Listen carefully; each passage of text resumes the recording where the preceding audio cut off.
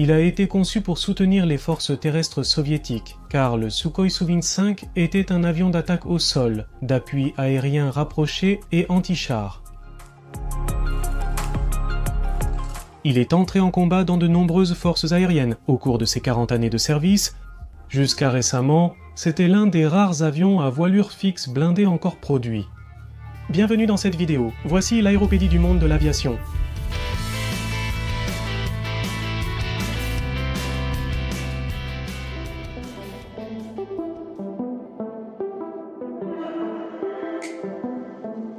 À la fin des années 60, les chasseurs bombardiers soviétiques, comme le Sukhoi, 7 le Sukhoi, 17 le Mikoyan Gourevitch, 21 et le Mikoyan Gourevitch, 23, ne répondaient pas aux exigences du soutien aérien rapproché de l'armée. Il manquait de blindage pour protéger pilotes et équipements vitaux contre le feu terrestre et les missiles solaires, et leur vitesse élevée rendait difficile le maintien du contact visuel avec la cible. Ainsi, le ministère de la Défense soviétique a décidé de concevoir un avion d'assaut blindé, inspiré du célèbre Stroumouvikh de la Seconde Guerre mondiale.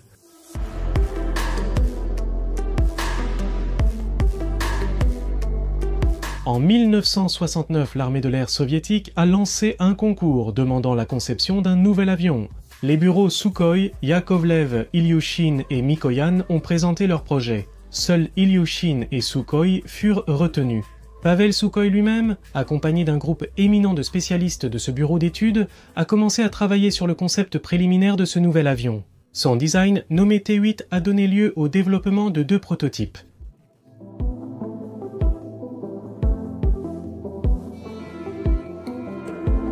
l'IL-52 était aussi candidat pour remplacer le Sturmovik. Le vainqueur fut le T-8 de Sukhoi, qui effectua son premier vol le 22 février 1975. La production de ce qui s'appelle désormais le Su-25 allait commencer à l'usine de Tbilissi, en République soviétique de Géorgie, où se trouvait la principale base de fabrication. La production en série du MiG-21 d'entraînement a débuté en 1978. Le Su-25 a reçu le surnom de Grach, qui est un oiseau d'Europe ressemblant à un corbeau.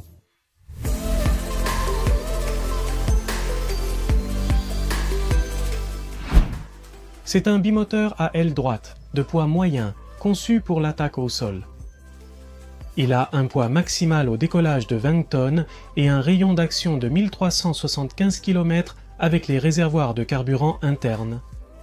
Sa vitesse maximale est de 950 km/h et il dispose de 11 points d'ancrage pour transporter jusqu'à 4400 kg d'armement. Et comme armement interne, il possède un canon de 30 mm à double tube avec 250 projectiles.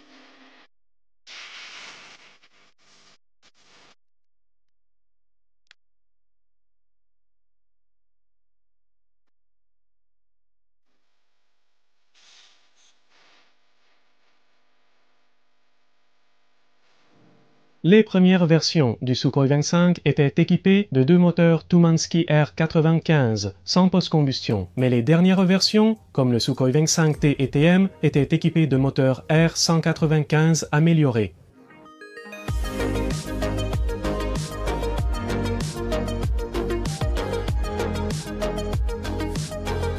Il dispose d'un blindage dans la cabine de pilotage, sous le fuselage central, sur les côtés et sous les moteurs, afin de pouvoir résister à l'impact des armes et des munitions légères tirées depuis le sol. Les sièges éjectables sont les Zvezda K36, pratiquement les mêmes que ceux utilisés par le Sukhoi Su-27. À la fin des années 80 et au début des années 90, plusieurs variantes du Su-25 sont apparues. Les modèles les plus significatifs étaient l'appareil d'entraînement biplace, Su-25 Phi, le Su-25T pour les missions anti-chars et les variantes de remorquage de cible Su-25 VM. En 2007, le Su-25 était le seul avion blindé encore en production dans le monde.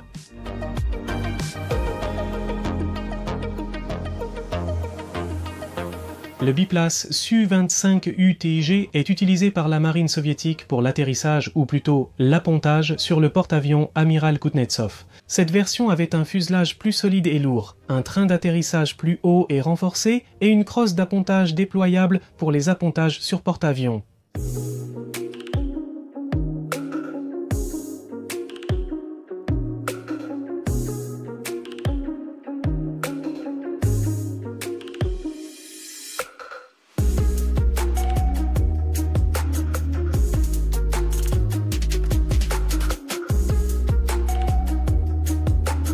L'une des dernières variantes, le Su-25KM Scorpion, inclut des améliorations dans les systèmes d'avionique. Et la version la plus moderne de cet appareil est le Su-25VM. Ils seront progressivement remplacés dans l'armée de l'air russe par le Yakovlev Yak-130 pour lequel nous avons déjà une vidéo. Je vous le laisse en haut à droite pour que vous puissiez aller le voir plus tard. Merci.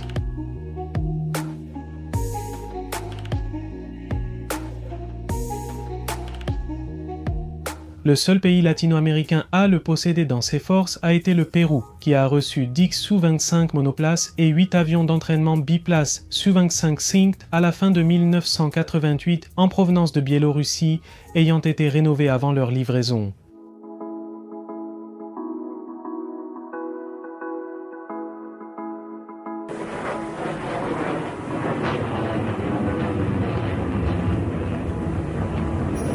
Cet aéronef a été activement impliqué dans la guerre soviétique en Afghanistan, effectuant des missions de contre-insurrection contre les Moudjahidines où 22 unités ont été perdues au combat. L'armée de l'air irakienne l'a utilisé contre l'Iran pendant la guerre Iran-Irak de 1980 à 1989.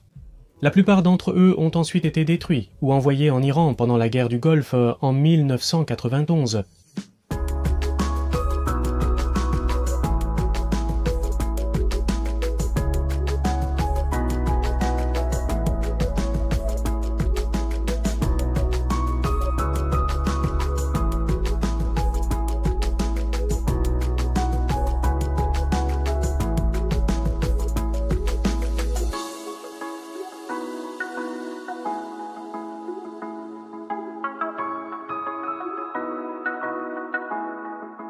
En 1993, les séparatistes abkhazes ont employé le Su-25 contre les Géorgiens lors de la guerre d'Abkhazie. Des années plus tard, l'armée de l'air de la République de Macédoine a utilisé le Su-25 contre les Albanais lors du conflit en Macédoine en 2001 et en 2008, la Géorgie et la Russie. Les deux pays ont utilisé le Su-25 pendant la guerre russo-géorgienne. Certains États africains, dont la Côte d'Ivoire, le Tchad et le Soudan, ont utilisé les Su-25 dans des guerres civiles. Et plus récemment, ils ont été utilisés dans la guerre civile en Syrie et lors des affrontements au Haut-Karabakh en 2020.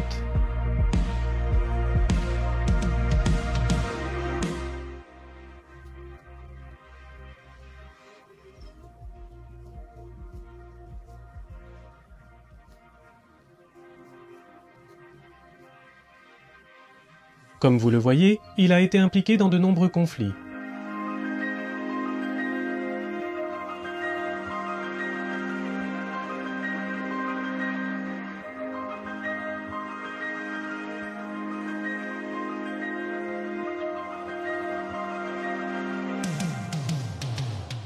Jusqu'à une nouvelle vidéo, je m'appelle Marcos et voici l'aéropédie du monde de l'aviation.